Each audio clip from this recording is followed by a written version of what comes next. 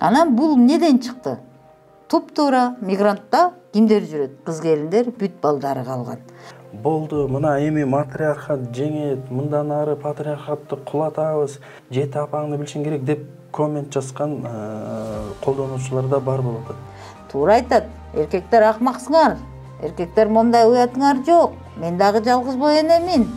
Буларды биз жок баягы жара жок деп эле көзүбүздү жумуп алсак жара жок болуп кетпейт да. Орунду жашырсаң өлүм ашкер кылат. Жанагынча юрист, жанагынча bir короо 90 депутат не кылып отурушат, мисалы, элдин атынан сөгө берсеңер болот, буларды чогултуп алып депутаттарды. Ошол эле мезгилде ким кимге тыюу салат. Сиз отуруп алып, жети апаңызды териштирсеңиз, сизге үйүңүзгө милиция келмек беле. Мисалычы, биз жалпысынан алганда эркин коомдо жашайбыз. Ар ким каалагандай өзүнө баалуулуктарды карманат да.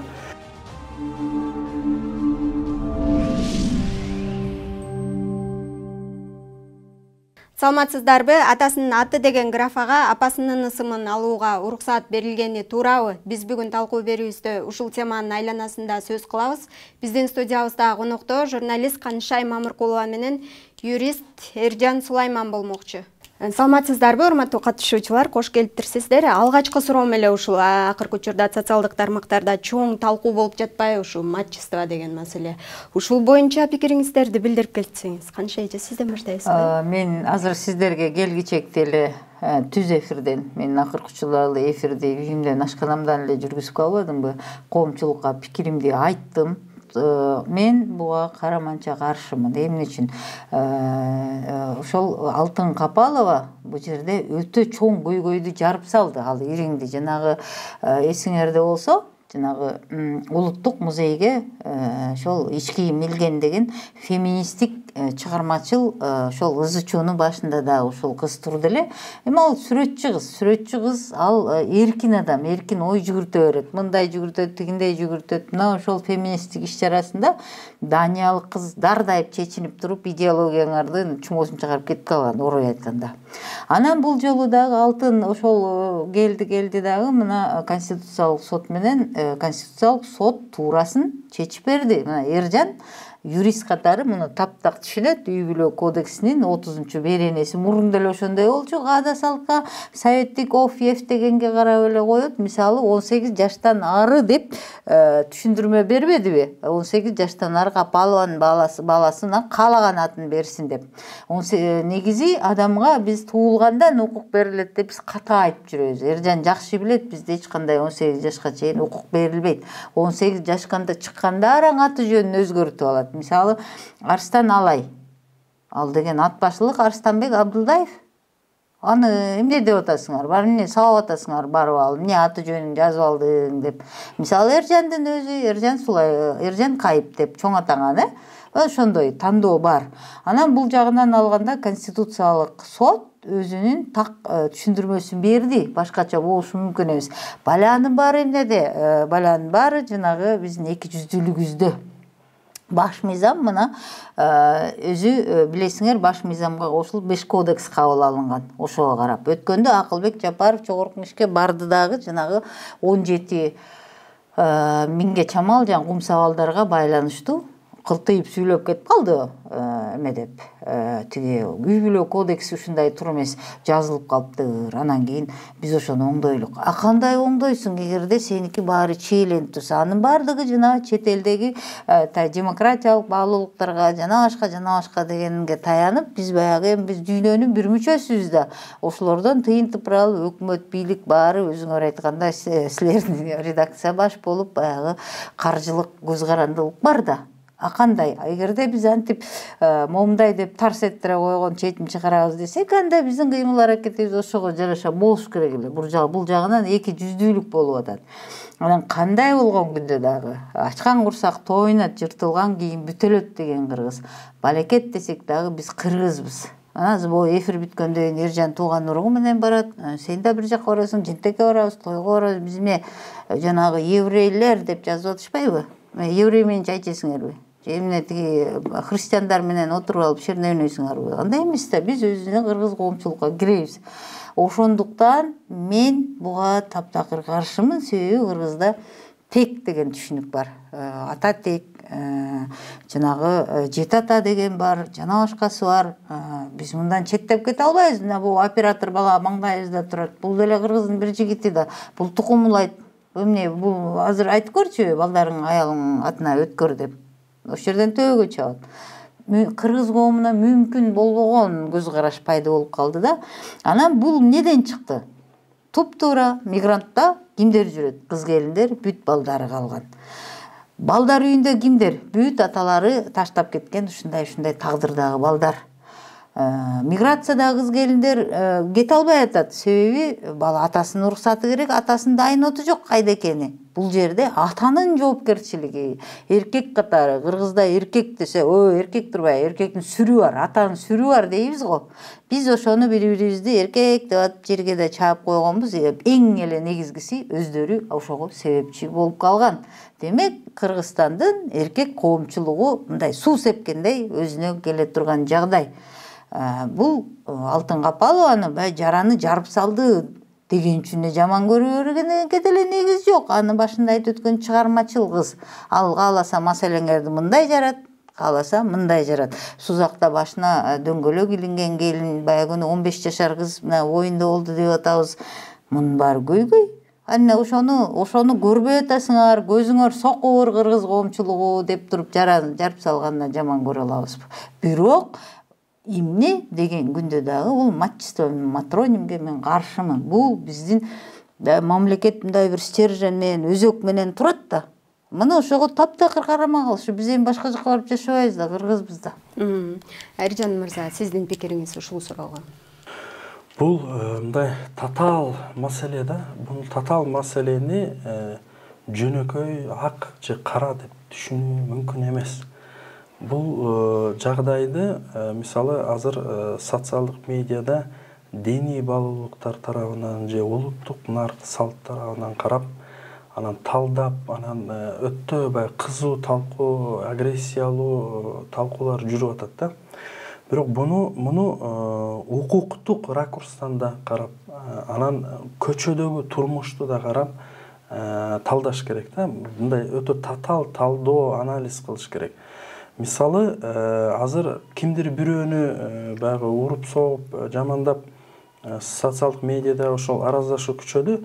Бирок баягы логикалык чынжырча менен алып карасак, бул маселенин башталышы негизи өзөгү каерге барат. Мисалы, Конституциялык сот өзүнүн аты айтып жаткандай, ал Конституциянын негизинде чечим кабыл алат. Конституциялык сот салттын же шарияттын негизинде чечим кабыл албайт. Бул бизге жаккан же жакпаган үчүн эмес, бул өзү ошондой табияты. Аты айтып жатканда Конституциялык сот, Конституцияда акты жашыл деп жазып койсок, акты жашыл деп чечим кабыл алат. Сүткө суу кошкон туура десе, Конституциялык сот ошону туура деп айтат. Конституцияда эмне жазылса, Конституциялык соттун максаты ошол жазылганды коргоо, жазылгандай кылып чечим чыгаруу. Эми Конституцияда 24-беренеде аялдар менен эркектер бирдей укуктарга, эркиндиктерге жана аларды жүзөгө ашыруу үчүн бирдей мүмкүнчүлүктөргө ээ деп жазылган. Конституцияда, мисалы, улуттук наркка келсек, 21-беренеде Кыргызстанда адам укугун кемсинтпеген нарк жана үрп адаттар сакталат деп жазылган. Бул жерде чек коюлган, көрүп атасызбы? Адам укугун кемсинткен нарк сакталбайт, колдоого алынбайт мамлекет тарабынан. Мамлекет адам укугун кемсинтпеген наркты гана сактайт. Бул менин пикирим эмес, дагы бир жолу айтылам. Бул Конституцияда ошончо жазылып турат. Ушул Конституцияны 2 жыл мурун эл референдумда добуш берип кабыл алган. Ушул ченемдерди, ушул беренелерди, ушул Конституцияны эл кабыл алгандан кийин Конституциялык соттун Конституциясынын негизинде кабыл алган чечимин эл кабыл алды десек деле жарашат. Себеби ченемди эл кабыл алган, ченемдин негизинде сот чечим кабыл алып атат. Себеби сот ал ченемден ары бери чыга албайт, жогоруда айткандай. Демек, ошол эл, ошол социалдык медиада талаш тартышып жаткан жарандардагы бир чети эгер кимдир бирөөгө жакпаса өзүнөн көрсүн. Себеби буну ошол конституцияны асмандан түшкөн эмес, аны референдумда добуш берген эл өзү кабыл алган. Анда эч ким каршы чыгып, мындай ченем бар экен, муну алып ташташ керек, бул буга алып келет деп айткан эмес ошол маалда. Эми кийинки маселе кандай чечим кабыл алды? Муну укуктук жактан Конституциялык сот кандай чечим кабыл алды экен, укуктук жактан анализдеп изилдешибиз керек. Байгыл ар ким оюна келгендей, өзү түшүнүп алгандай, же өзү түшүнгүсү келгендей, каалагандай, же бирөөлөрдү жаман көргөндөй пикир айтып, ошол пикиринен кайтпай атат да адамдарчы. Биринчиден эмне чечим кабыл алды, ошону талдашыбыз керек. Эмне негизде чечим кабыл алган, мен буга чейин чынжырчан айтып бердим. Эл референдумда добуш берди, Конституция кабыл алынды, Конституциялык сот Конституция негизинде чечим кабыл алды. Эмне деген чечим кабыл алды? Конституциялык сот бирок кызыгы Конституцияда аял менен эркек бирдей тең укуктуу деп жазылса дагы, анан мисалы 24-беренеде эч ким жынысына жараша басмырланышы мүмкүн эмес деп жазылган. Бул эмнени билдирет? Аялдын эркектин үстүнөн же эркектин аялга салыштырмалуу эч кандай артыкчылыгы жок. Аял менен эркек бирдей укуктарга ээ деп Конституцияда жазылып атат. Бирок Конституциялык сот баары бир салттуулукка ыктап, алар төрөлгөндөн мачествону киргизген жок. Алар бала ошол укукту энесине берген жок. Баланын өзүнө калтырып атат да. Мисалы атасынын аты төрөлгөндөн жазылып атса, энесинин атын жазып коюу укугун ошол бала 16-га чыкканда, паспорт алган учурда өзүнүн жеке чечими менен болсун деп сот ушундай чечим кабыл алып атат да. Эгер мындай талдап келсек, укуктук жактан сот төрөлгөндөн баштап эненин атын берүү укугун берип коюшу мүмкүн болчу. Конституция ага жол берет. Ал бизге жагабы же жакпайбы, жол берет. Бирок Конституциялык сотто деле консервативдүү, ал жерде деле салт туткан, ал жерде деле асмандан түшкөн эмес кадимки кыргыздар иштейт да. Алар ошо чечимде 16 жашка байлап коюштуруп, баланын өзүнө ыйгарышыптыр. 18 жашка. Жок, 16. Паспортто 16да алат да. 16. Анан мындай маселе болуп атат. Эми адамдын ат коюусу кайсыл эреже менен жөнгө салынат десек, ошол жанындык абалдын актыларын мамлекеттик каттоо жөнүндөгү нускама деген документ бар. Ошо сондор мисалы паспорт берип атканда ошол нускама менен иш алып барышат. Ошол жерде кантип улуу деп жазылат, тегин деп жазылат, кызы деп жазылат, ов же вич деп, Баланчаев, Түкүнчөевич, ошонун баары эреже көрсөтүлгөн. Ошол жерде, ошол нускамада 16 жашка чыккан жаран өзүнүн аты жөнүн, атасынын атын же фамилиясын өзгөртө алат деп жазып турат. Демек, мурун деле ар бир жаран 16-га чыккандан кийин мен мындан ары Жан-Клод Ван Дам болом деп атын өзгөртүп алышы мүмкүн болчу да. Ошон үчүн Усама бен Ладен деген бир кыргыз бар, Владимир Путин деген кыргыз бар. Анан ар кандай аттарды алып алгандар бар да, өзгөртүп алгандар бар. Атасынын да атын эмес, апасынын да атын, мисалы, мына эже мисал келтирди, Арстан Алай. Алай деген бул жердин аты. Мисалы, бул кандай логикадан бул аталышты өзүнө тандалган белгисиз. Бирок Алай деген сөз бул апасына да атасына да тийишелүү эмес ат окшойт деп ойлойм да. Бирок башка бир сөздү алып атпайбы? Мисалы, Түркиянын мурунку президенти Абдуллах Гүл болчу аты. Бирок атасынын, чоң атасынын аты Гүл болчу эмес деп ойлойм да. Анан кээ бир улуттарда ушундай атына бир кесипти, жерди, сиз ошондо колдоп атасыз, мачествону? Жок, бул жерде маселе колдоо же колдобоодо эмес, баягы ак же карада эмес. Ошо мен түшүндүрүп келтем да. Бул татаал маселе. Конституциялык соттун чечимин талдадык. Мына Конституциялык сот 16 жаштан баштап баланын өзүнө калтырып, кааласа алсын деп атат. Эми кийинки жагдайга өтөлү. Бул көчөдөгү абал, турмушта алалы. Ошо азыр кийинки суроом ошол болсун. Негизи канча айым айтсаңыз, азыр учурда ошол Алтын Капалованын кырдаалы негизи биринчи болуптур да, сотко кайрылгандыгычы бизде Кыргызстанда. Анан негизи эле буга эмне түрткү болуп атат бул нерсеге? Эми азыр Эржан эң жакшы бир нерсени айтып өттү. Мен эфирде деле отурганда деле какшап эле айтам, укуктук сабаттуулук деп. Бардыгына себеби укук тармагында көп иштеп жүргөн журналист катары мен ушул жака аябай көңүл бөлөм да, биздин калктын 70-80% ушун менен иши жок. Эржан айткандай, Фейсбуктан башын окуп алса бүттү, ошону эле кечке тепкилеп кете берет этинден ары. Болбосо Эржан бул жерде турганынын себеби, Эржан укук деген укук, мыйзам деген мыйзам. Ал аткарууга жатат, жатпайт дегенди айтайын деп эле ызы-чууга калып атат. Чынында туура нерсени туура деш керек. Болбосо Эржан өзү керек болсо биз сыйлаган тарыхчы, этнограф, тарых илимдеринин доктору, кыргыз филологиясынын кандидаты Сулайман Кайыповтой бизде этнограф, тарыхчылар жок эсе. Ал киши бирден берметтей болгон киши. Ошо кишинин уулу. Бул киши Эржан андан беш-бетер билими кеңири. Жанагы Фейсбуктагылар тилдегенчелигimiz билип атат. Болгондон бала өзү юрист болгон үчүн акты ак, көктү көк деп түшүндүрүп атат да. Бул жөн чыккан жок. Алтынга палуан айтып атам, ал билимдүү кыз. Мындай алганда укукту билет. Ошон үчүн мына кыз келиндердин жанагынтип сабалып атканы кайдыгер болсоңор, балдардын алимент алынбай атканын кайдыгер болсоңор, башына дөңгөлөк байлангандарга кайдыгер болсоңор, өкмөт болсо 100 миңден таратып коюп, тиги бир торпок алып берип коюп, президент баш болуп тиги сарайдын ичинде кубалап жүрсө, торпокту кайтарбайсыңбы деп. Мына ушул маселенин баарын жыйылтып келип, ошол бул келаткан негизи бул кыз менен менин көз карашым таптакыр дал келбейт. Бул феминисттик көз караштагы кыз экен. Мен эми укукту туура түшүнгөнүм менен, укукту абдан жакшы түшүнгөнүм менен кыргыз бойдон өлөт. Мен ошол көз караштан чыкпайм.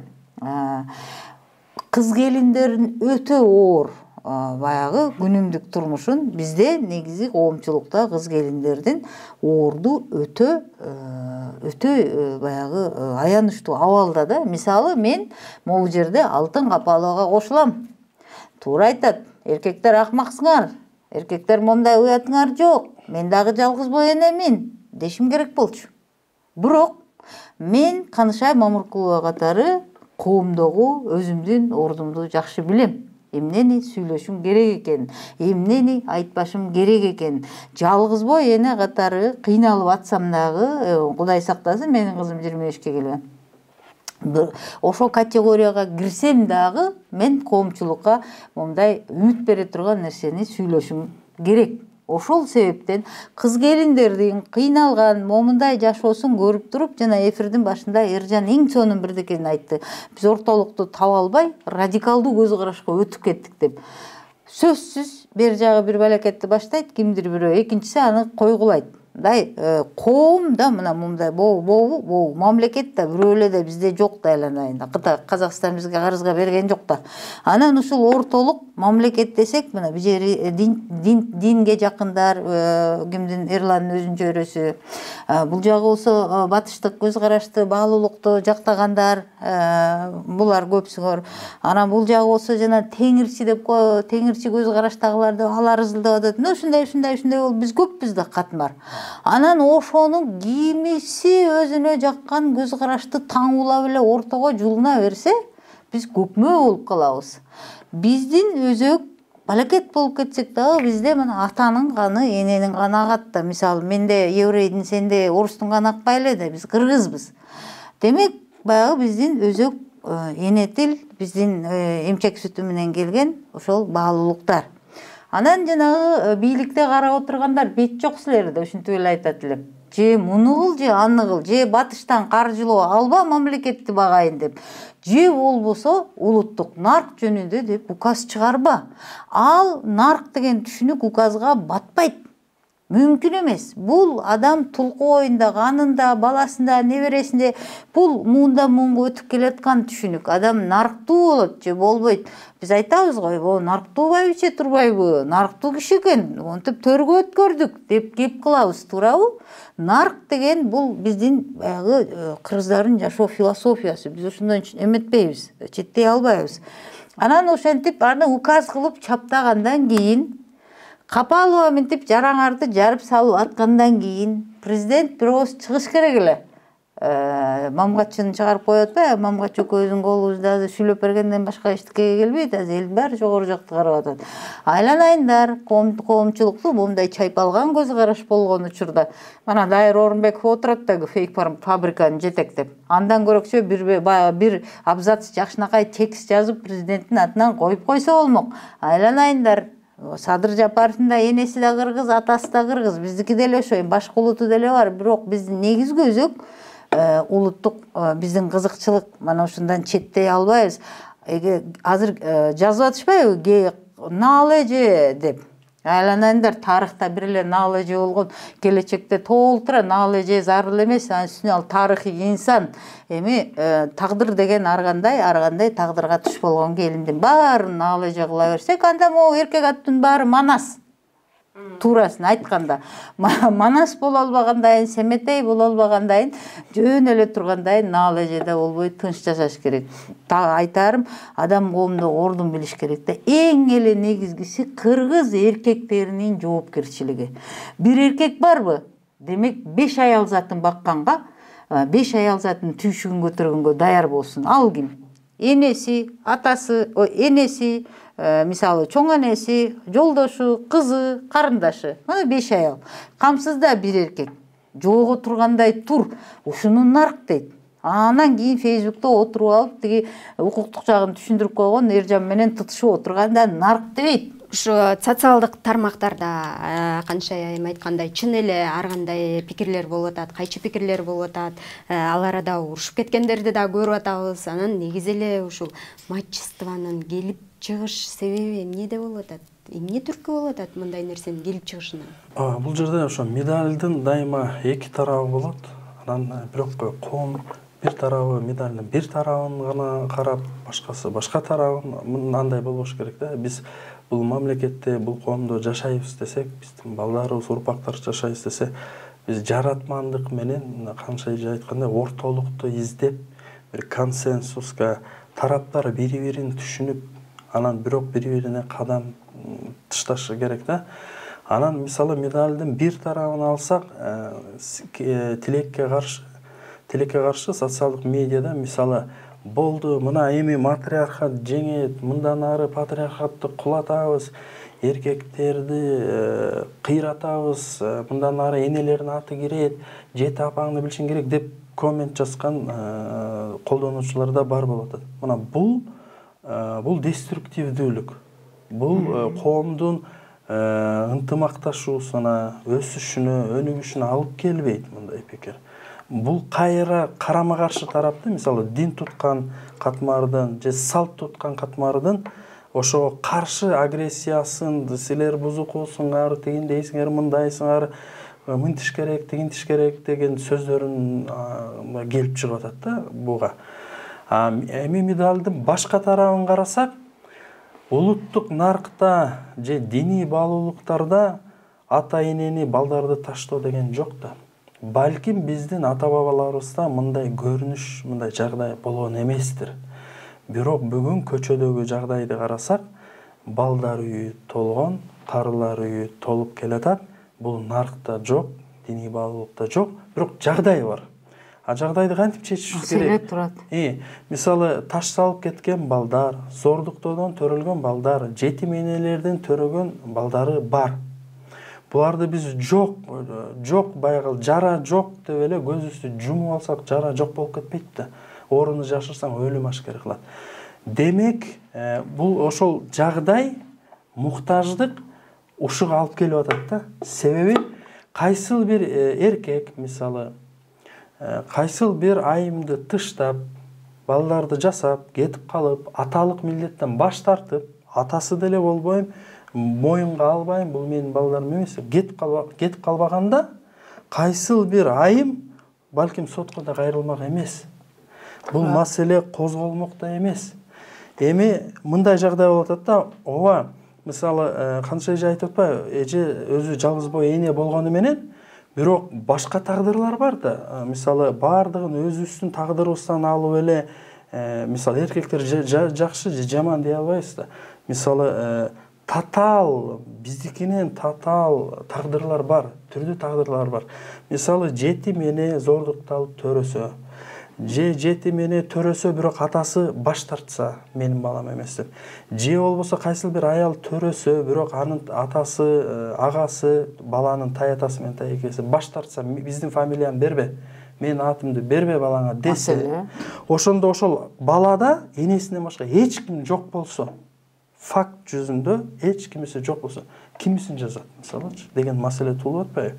Ушундай жагдайларда мыйзам, бирок мыйзам айтып атат, ошондо дагы энесин жаза албайсың, 16-га балаң чыгат, анан баланда эч кимиси жок болуп, анан баласы өзү ушу мени жалгыз бой бутка тургузган энем, атам ким экени да белгисиз, туугандар жок, таятасы жок. Бул анан мен ушул апамдын эмгегин баалап, апамдын атын алайын, баягы апамдын аты унутулбасын, менин урпактарым билсин мени ким тургузганын деп мисалы.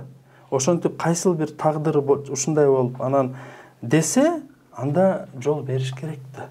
Жол мындай да, жол бербегендин жолу жок да.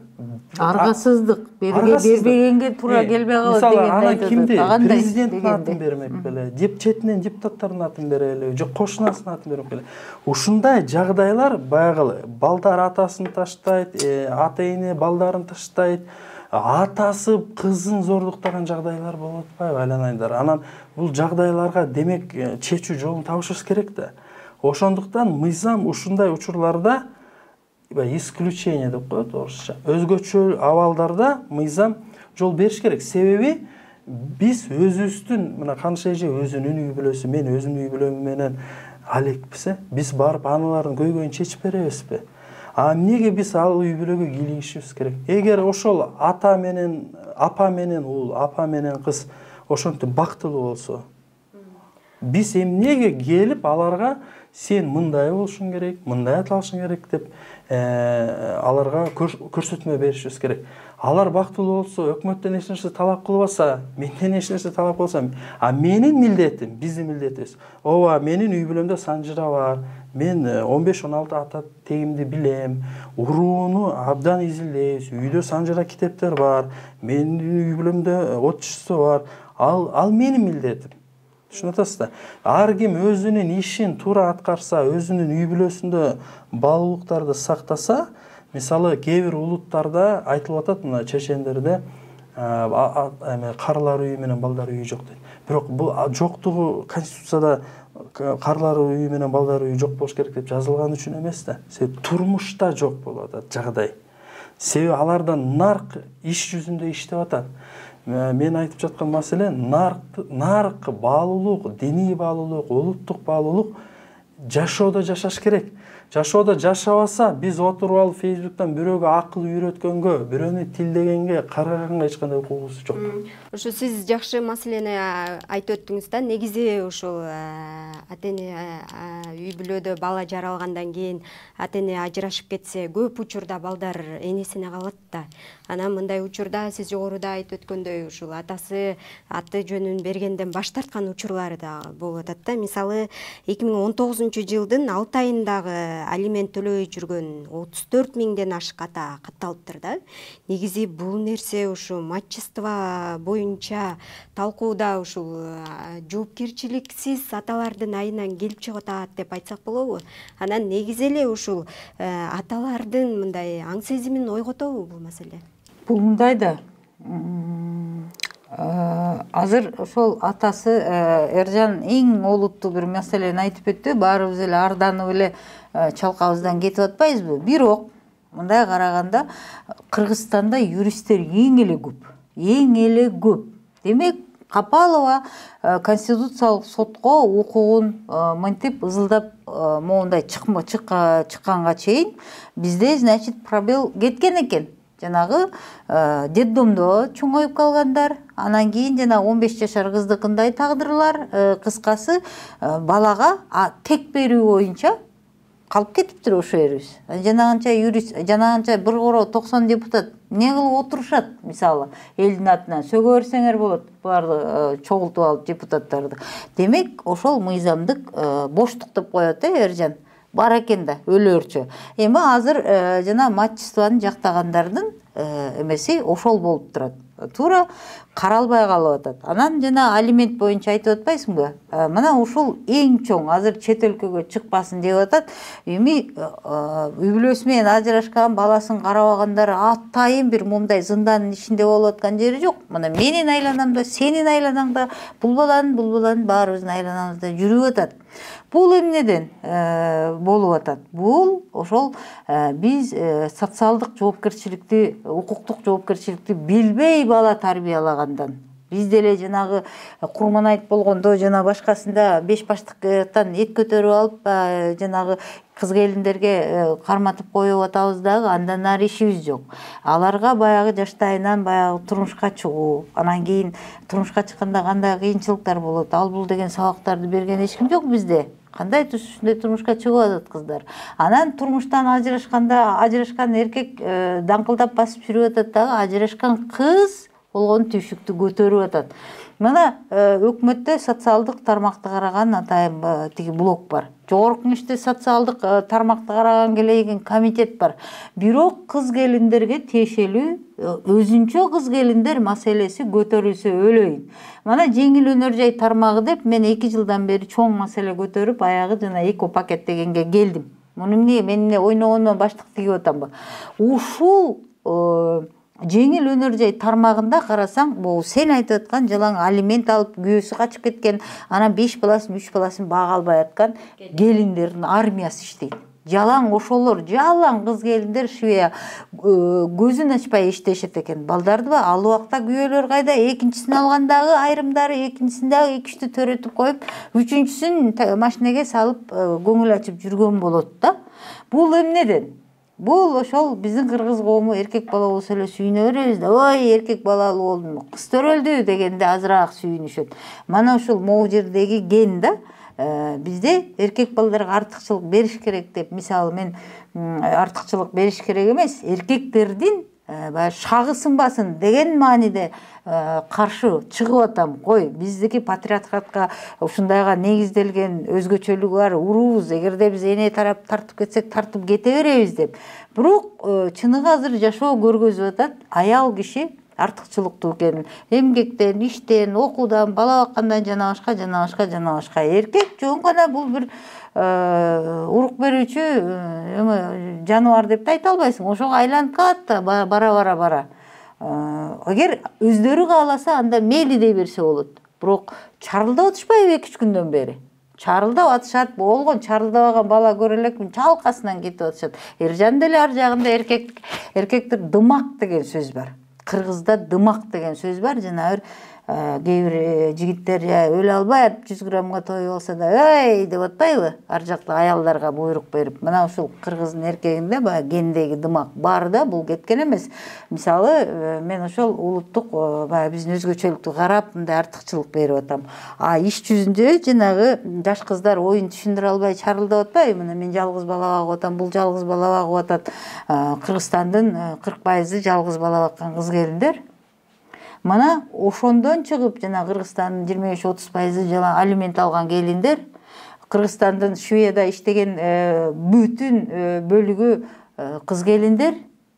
Жогорку кеңешти карасаң, дапырап жалаң костюм кийип алып, жогорку кеңештин баары эркектер, өкмөттүн баары эркектер. Бул социалдык тейлөөдө иштеп аткан мындай кызматтын баарында кыз келиндер. Бала окуп аткан ким? Кыз келиндер. Саламаттык сактоо тармагында кимдер жүрөт? Кыз келиндер. Официант болуп иштеп атат кыз келиндер, кийим тигет кыз келиндер. Эркектердин баары саясатта. Мисалы, кээде ойлоносуң, ошол жерге барып жогорку кеңештин бир 80 депутатын көзүн чукканга, мисалы, менин кудуретим жетет. Ошо экинчи жологус кылып, барып ошол жерге барып көздөрүн чукуп коеюн дейсиң, кечирип койгула. Силер көргөн жашоо бул. Бул жер мындай болуп атат деп. Мына ушул баягы биз элди урушуп, аны урушуп, сен күйөөң менен ажырашып кеттиң, элге бетибиз жүз караттың, ал бул дегендин баарында ошол чогулуп келип Кыргызстанда үй бүлө институту деген чоң түшүнүк чачырап кеткендиги. Мамгатчыны коюп койдук 5 кишиси менен. Ал киши отурат президентке кыбыл кайсак экенин көргөзүп.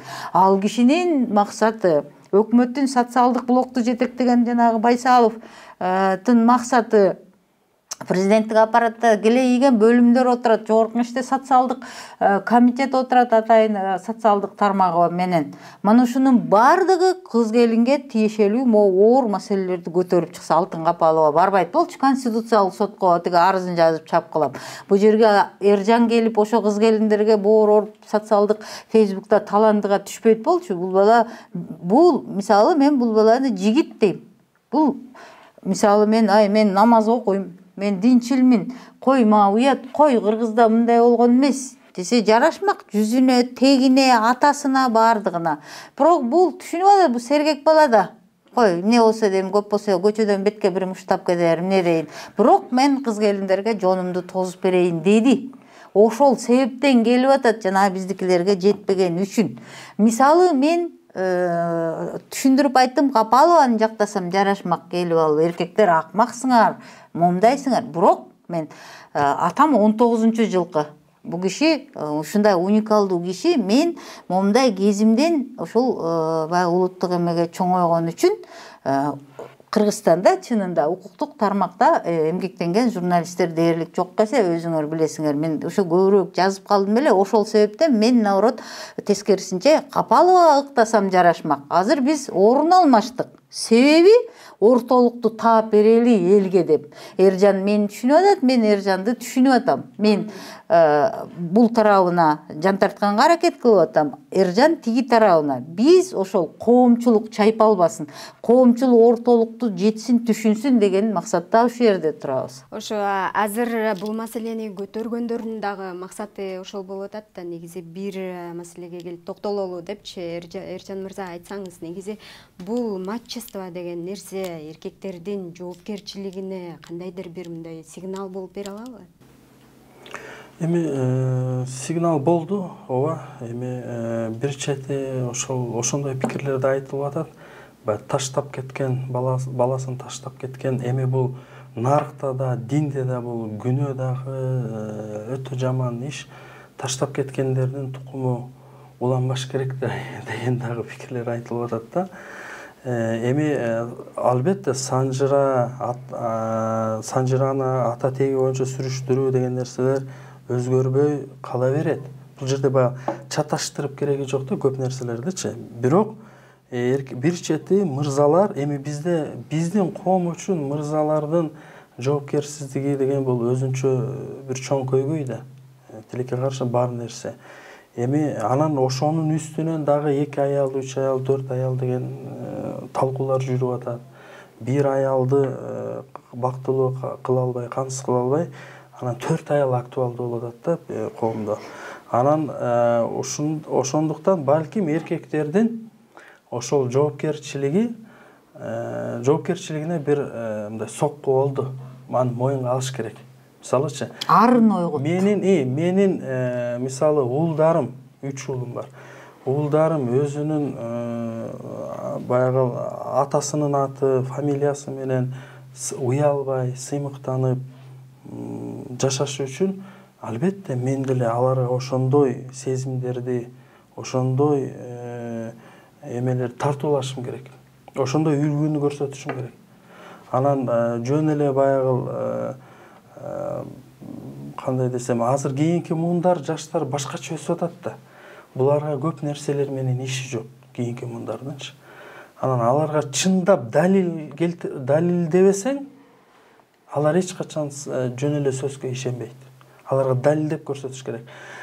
Биз улуубуз десеңиз, ал көчөгө чыгып алып, таландыда калган, уурдалган жолду көрүп, түкүргөн элди көрүп, мисалы ал айтат, эмнеге улуубуз деш мүмкүн да, мисалы. Кийинки балдарды алдай албайсың. Биз аларга ошол татыктуу үлгү көрсөтүшүбүз керек.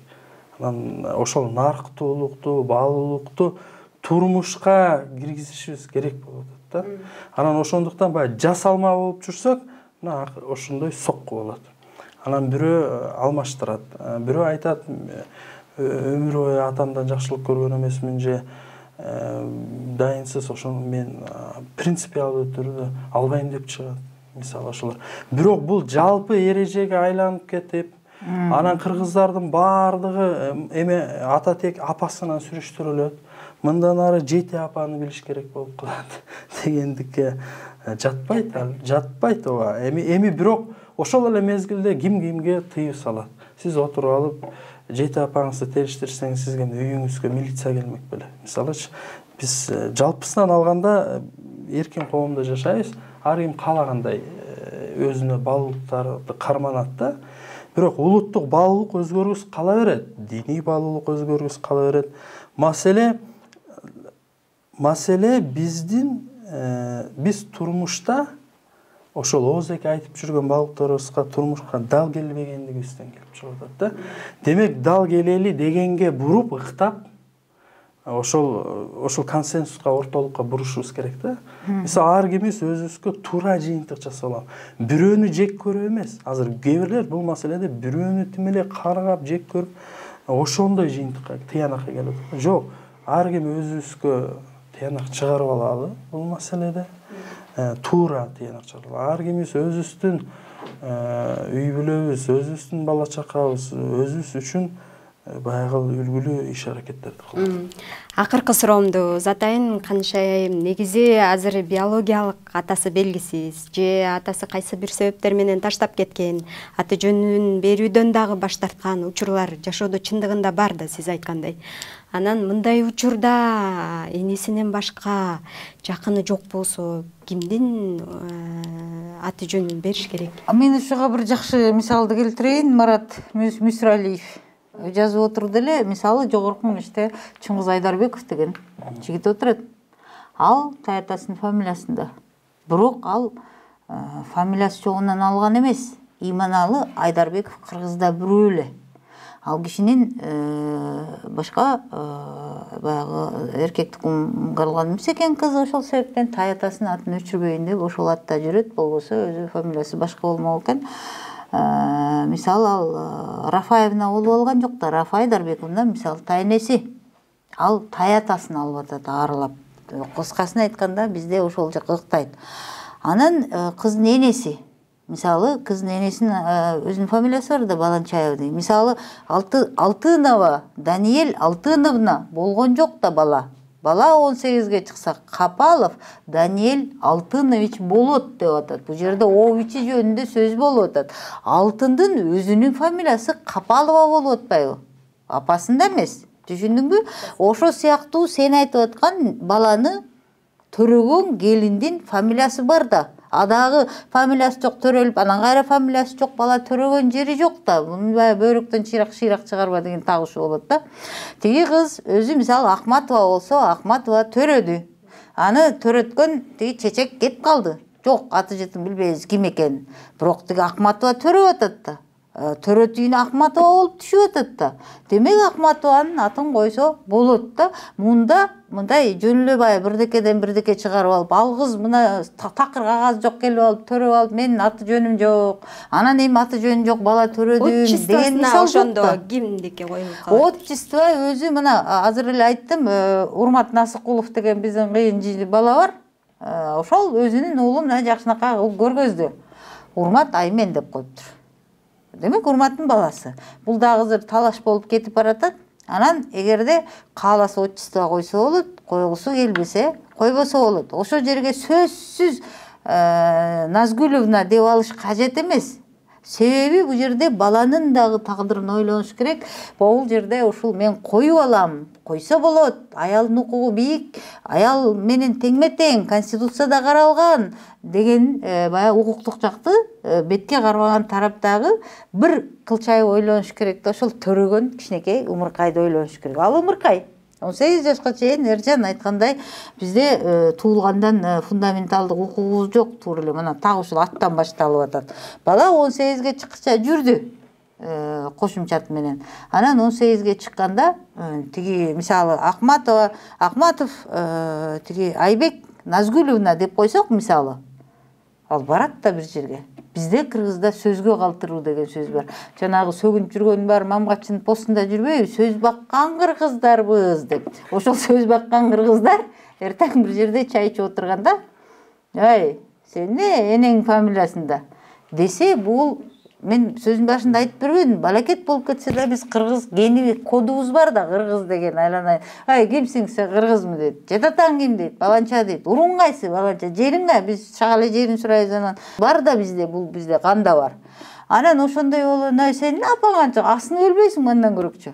десе бүттү. Эгерде намысты билген кыргыз жигити үчүн ошо жерде сенин укугуң дагы, баш мыйзамың дагы, диниң дагы баары жок, ошол жерден өлдү деген сөз. Эгерде кемсинтүүлөргө да кемсинтүү болот. Биз муну жок кыла албайбыз. Буллинг сөзсүз болот. Эржан деле жок болот. Эржан ошонун укуктук жерин түшүндүрүп берип атат силерге. Момундай деп. Бирок реалдуу түрдө караганда чын эле тиги кийин сел саяк болуп кетиши мүмкүн энеси. Бирок мурун фамилиясы бар болуп роддомдон чыккан да. Өзүнүн Ахматова, Ташматова деген фамилиясы бар да. Демек, бала таптакыр аты жөнү жок, асманда илинип калган шумдук болбойт кыргызда. Баягы бөйрөктөн шыйрак чыгарба деп ушуну айтат да. Негизи кыскача башкысы, негизи бул көйгөйдү дагы бир көйгөйдү алып чыкты да бул маселе. Бул аты жөнүндө реформалоо керек да. Себеби буга чейин деле көп киши жазып келген, мен да жазгам. Мисалы биз деле балдарыбызга туулгандыгы жөнүндө күбөлүк алганда кандай ат коюуда ов, анан овиш дегенде алып салууда көйгөй жаралат да. Мисалы азыр баягы ов менен овишти алып салайын десең, себеби бул мындай аталыш бул бизге таандык эмес. Бул чет жерге чыксаң, сени орусиялык деп ойлошот да. Анан кыргызча кылайын десең, ошол инструкцияда тегин, анан уулу деген эки термин бар, бирок алар өзүнчө бөлөк жазылат. Мисалы, Жапаров Садыр Нуркожоевич деген ат кыргызчалатканда Жапар, Тегин, Садыр, Нуркожо, уулу ол 5 сөз болуп кетип атат. Себеби өзүнчө жазылат да. Анан тамгасы көп болот. Мисалы, офто 2 тамга болсо Жапаров. А Жапар Тегин дегенде 5 тамга кошулуп атат. Анан ал бөлөк жазылып атат. Өтө татаал. Кимис кайсынысы фамилия, кайсынысы аты, кайсы атасынын аты деген түшүнүксүз болот.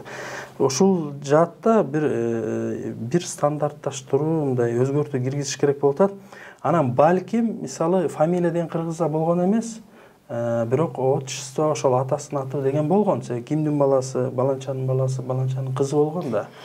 Анан демек азыр болсо тескерисинче фамилияны калтырып, бирок фамилияда атасынын аты болушу мүмкүн. Анан эмени отчество, матчество экөөнү тең алып коюш керек окшойт да. Себеби чынында эле бирөөлөр мисалы матчество деп бир энеси, мисалы апасы баласына ушул жакшы деп өзү каалап бериши мүмкүн. А бирок көчөгө чыкканда Назгулевич деген жигитти, же Назгулевна деген жигитти башкалар шылдыңдайт. Кемсинтүү орун болору бул ачык сөз да. Анан демек ошол жерде алып салыш керек экөөнү тең. Анан бир адамдын аты бар, анан балким аты, фамилиясы бар. Бирок фамилияга адам кааласа атасынын атын коет, фамилиясын коет. Ушундай болуш керек да. Мен кошумчалап коем ушул көчө убакытка карай. Бир эле мүнөт көчө жана саясатчы белгилүү Акмат Беккелдибеков менен отурдум эле, ал бир кызыктуу нерсени сунуштады да, каалагандар урунсаңар. Орустарда Эржан 2-3 муунан эле Сергей Иван деп кете берет го, мынтип эле. Ошону дейт карап отурса, мисалы азыр биз Канышай Асанбекти элдеп мен деле кызыгып атпайм. Анан кийин жайнап кетсе, мисалы Назгүл Нурландар толтура, кайсы Назгүл, кайсынын Нурланы, кимдики экенин билбей калчу да экен. Анан бул киши айтат, мен неберемдин атын Бектен деп койдум дейт. Бектен бул кишинин 6-чы чоң атасы экен. Анан эми дейт, дагы бир неберели болсом Белекбай деп коеюн дейт. Белекбай болсо чоң атасы экен. Анан дагы мен небереме кийин эми бул киши деле азыр элден өтүп калды да. Анан бул киши айтат, мен небереме керез кылып айтам дейт. Сен небереме, сен небереңе Акмат деп менин атымды кой деп дейт. Себеби баягы 1-2 муун өтүп Акмат анан билинет экен да, Акмат Келдибековдун уругу тукуму деген, же болбосо ушул бектен атанын уругу тукуму деген. Мына ушул нерсени дагы бир мынтип байкаштырып көрүш керек экен да. Анан ошондо жанагы биздин кыргызга тиешеси жок аттарды да коюп атпайбызбы, элдин баарын үркүтүп. Мана ошол маселе дагы угуна келмек да. Эми токотери. Чет өлкөгө чыгып шундук нерсени көрүп келсең дагы, жөн Марска барып мороженое жеп келсең дагы сен кыргызсың. Балакет болуп кетсе дагы. Жанагы жок дегенде өлсөң сөөгүң жериңе коюлат дегендей. Биз bundan аттап кете албайбыз. Ошон үчүн ашыкча мындай өтө такыр чегерадан чыгып кеткен мени кичине мындай чектешкен оңолош керек менимче. Мында туура эмес. Жакшы, убактыңыздарды бөлүп талкууга макул болуп келип бергениңиздерге ыраазычылык билдиребиз. Ушуну менен талкуубузду жыйынтыктайлы. Сиздер менен мен Кымбат Турдубекова болдум. Политклиниканын YouTube каналына, Facebook баракчасына жазылууну унутпаңыздар. Сак саламатта туруңуздар.